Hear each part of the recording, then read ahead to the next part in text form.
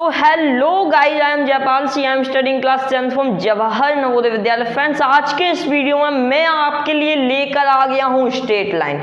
तो friends, video बहुत ही अच्छी होने वाली है। स्ट्रेट लाइन का कॉन्सेप्ट मैं आपको बताने वाला हूं और ये स्ट्रेट लाइन चैप्टर है, क्लास 10th में अरिथमेटिक प्रोग्रेशन से जुड़ा हुआ चैप्टर है। अगर आपको अरिथमेटिक प्रोग्रेशन याद नहीं होगी, उसमें क्या किया था आपने, तो फ्रेंड्स कोई बात नहीं, क्योंकि यहाँ पर जो हमारा चैप्टर है स्ट्रेट लाइन, इसमें जो अरिथमेटिक प्रोग्रेशन से जो कॉन्सेप्ट लगेंगे वो मैं आपको वीडियो के पहले शुरुआत में ही बताने वाला हूं। इसलिए फ्रेंड वीडियो बहुत ही अच्छी होने वाली है। वीडियो को आप फ्रेंड एंड तक जरूर देखिएगा। चलिए फ्रेंड, बिना किसी देरी के स्टार्ट करते हैं वीडियो को। तो चलिए फ्रेंड्स, हम लोग आगे के कॉन्सेप्ट्स को सीखने के पहले ब्रीफ रिकॉल कर लेते हैं और क्लास 10th में जो हमने कॉन्सेप्ट्स को अरिथमेटिक प्रोग्रेशन में सीखा था उनको सीखते हैं। अभी आप सीखने वाले हो distance formula, section formula, mid point formula, area of a triangle और कोऑर्डिनेट क्या होते हैं। तो चलिए फ्रेंड्स सीखते हैं। तो यहाँ पर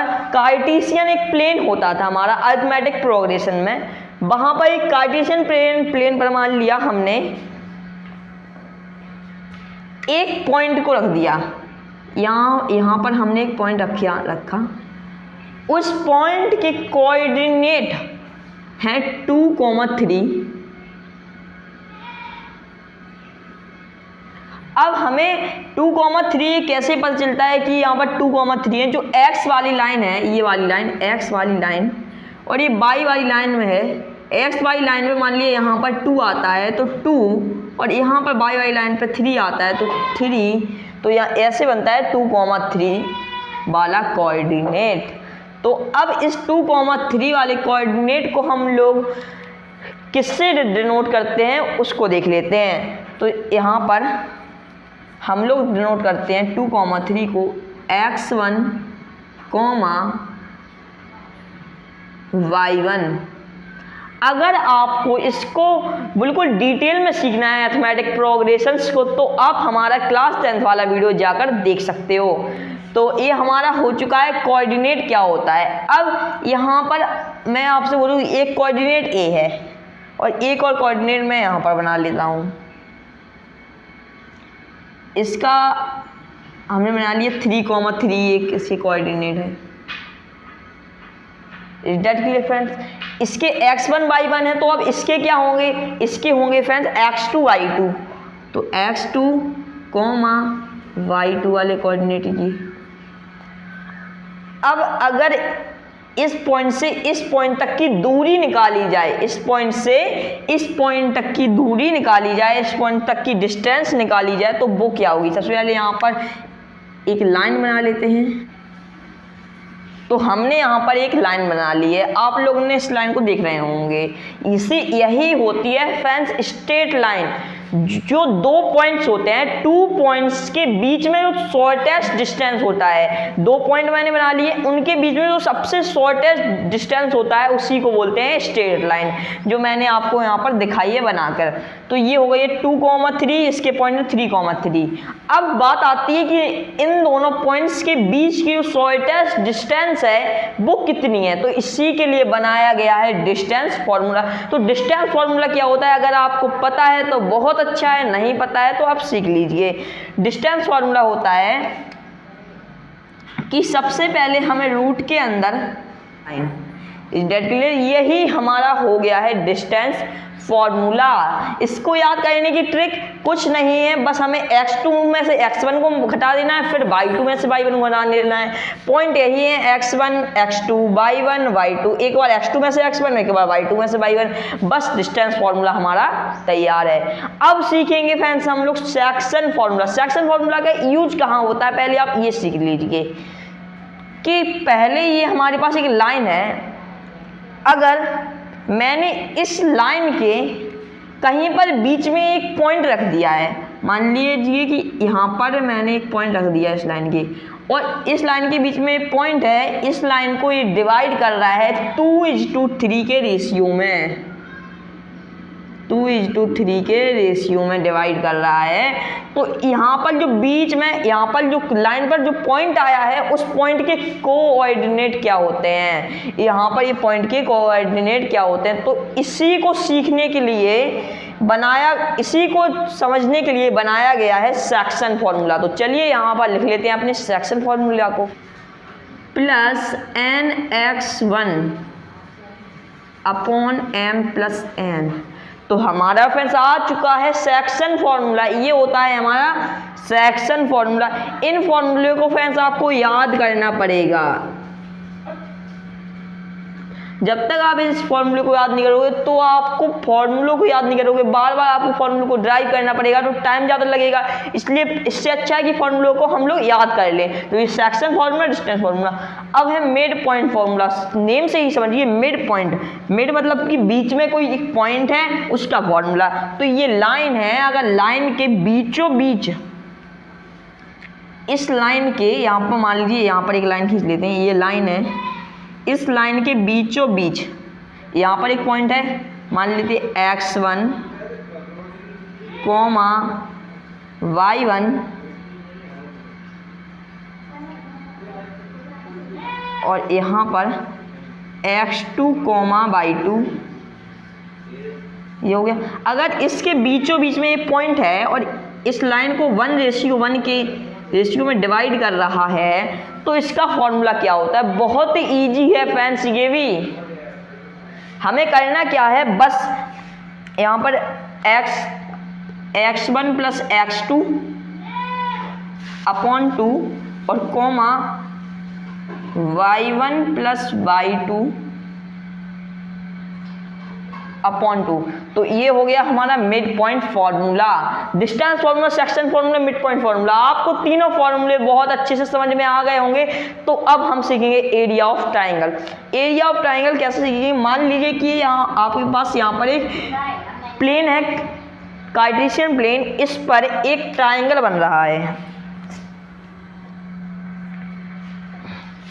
इस पर बन रहा है एक ट्राइंगल। तो यहाँ से एक ए ट्राइंगल बन रहा है, इस यहाँ पर इस ट्राइंगल के कोऑर्डिनेट हैं x1 y1 x2 y2 x3 y3, इसके कोऑर्डिनेट्स हैं। तो अब इस ट्राइंगल का एरिया क्या होगा फ्रेंड्स, तो इसके लिए एक फॉर्मूला बनाया गया है एरिया ऑफ ट्राइंगल। तो ये क्या होता है ये भी आप सीख लीजिए। इस एरिया ऑफ ट्राइंगल का फॉर्मूला लिख लेते हैं हम लोग यहाँ पर।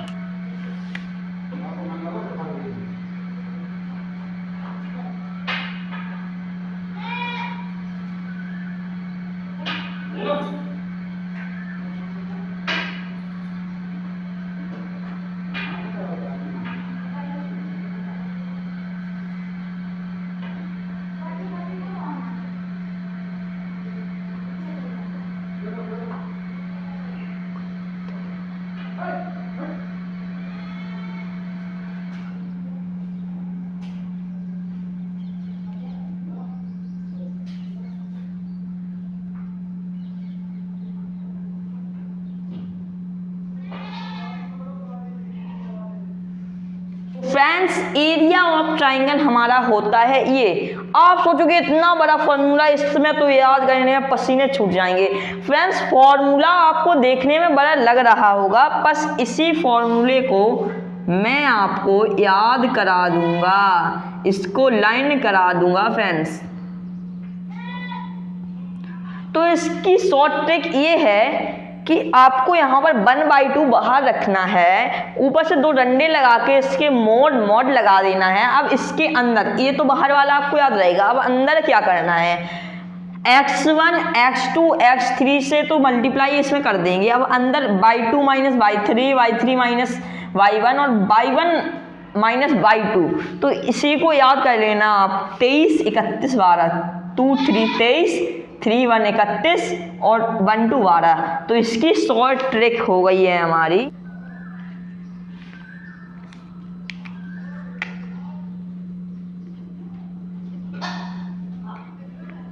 इसकी फ्रेंड्स फ्रेंड्स हमारी शॉर्ट ट्रिक हो चुकी है 23, 31, 12। बस इसी 23, 31, 12 से आपको ये एरिया ऑफ ट्राइंगल का फॉर्मूला याद हो जाए। अगर आपको ये फॉर्मूला याद हो गया हो तो वीडियो कर दीजिए फ्रेंड्स लाइक। अब हम सीखते हैं अपने कुछ आगे के कॉन्सेप्ट्स। अब फ्रेंड्स नया कॉन्सेप्ट हमें सीखना है जो क्लास 11th में काम आएगा, जो 10th में नहीं था, वो है स्लोप ऑफ अ लाइन। इसको हिंदी में बोलते हैं रेखा की ढलान। तो यहाँ पर एक हम लाइन खींच लेते हैं, उसके बाद आपको समझाऊंगा मैं। तो जैसे हमने एक यहाँ पर लाइन खींच ली है, अब इस लाइन की ढलान पता करनी है हमें, स्लोप पता करना है। तो जो स्लोप हम पता करेंगे, जो ढलान हम पता करेंगे, वो पता करेंगे एक्स एक्सिस से।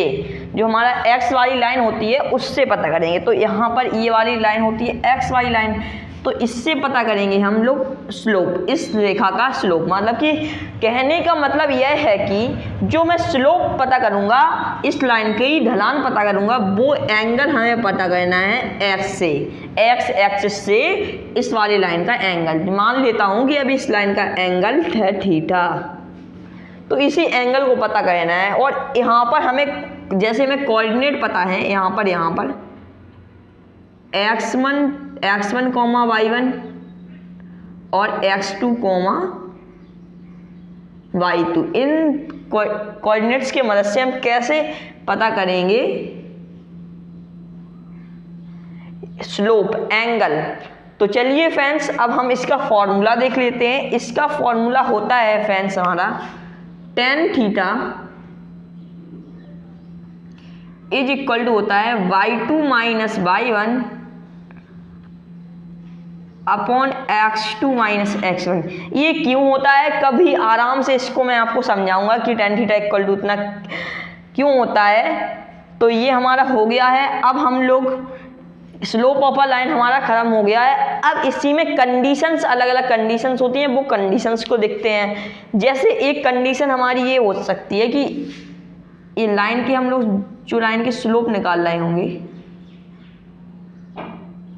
वो लाइन मान लेते हैं कि पैरेलल है। ये वाली लाइन मान लेते हैं L1, ये वाली लाइन मान लेते हैं L2। तो यहाँ पर कंडीशन ये है कि L1 पैरेलल है L2 के। तो यहाँ पर अब क्या होगा, तो यहाँ पर अब होगा ये कि जो स्लोप होगा इन दोनों लाइंस का, यहाँ पर इसका स्लोप ये होगा और इसका पर ये वाला एंगल इक्वल होगा। तो ये वाला एंगल और ये वाला एंगल दोनों थीटा थीटा इक्वल होंगे। तो यहाँ पर ये थी कंडीशन पैरेलल की। अब पैरेलल के बाद एक और हमारी कंडीशन हो सकती है कि लाइंस अगर परपेंडिकुलर हो, एक लाइन ये है और इसी पे एक लाइन ये है, तो ये दोनों लाइन परपेंडिकुलर हो, यहाँ पर 90 डिग्री का एंगल हो, तो यहाँ पर क्या होगा, मान लेते हैं कि इस वाली लाइन का स्लोप है m1, इस वाली लाइन का स्लोप है m2। तो कंडीशन यहाँ पर ये होगी कि m1 और m2 का मल्टीप्लिकेशन m1 इंटू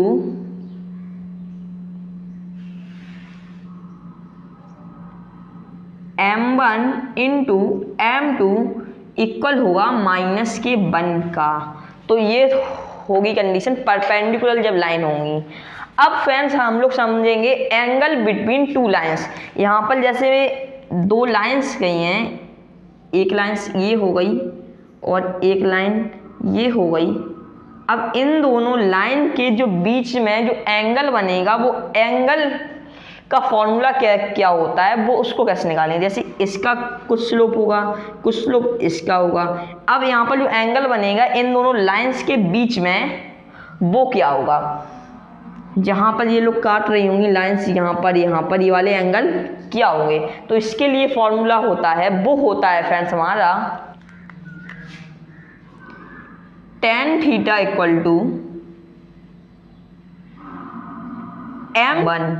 ये होता है हमारा जब परपेंडिकुलर, जब दो लाइन एक दूसरे को काट रही होंगी।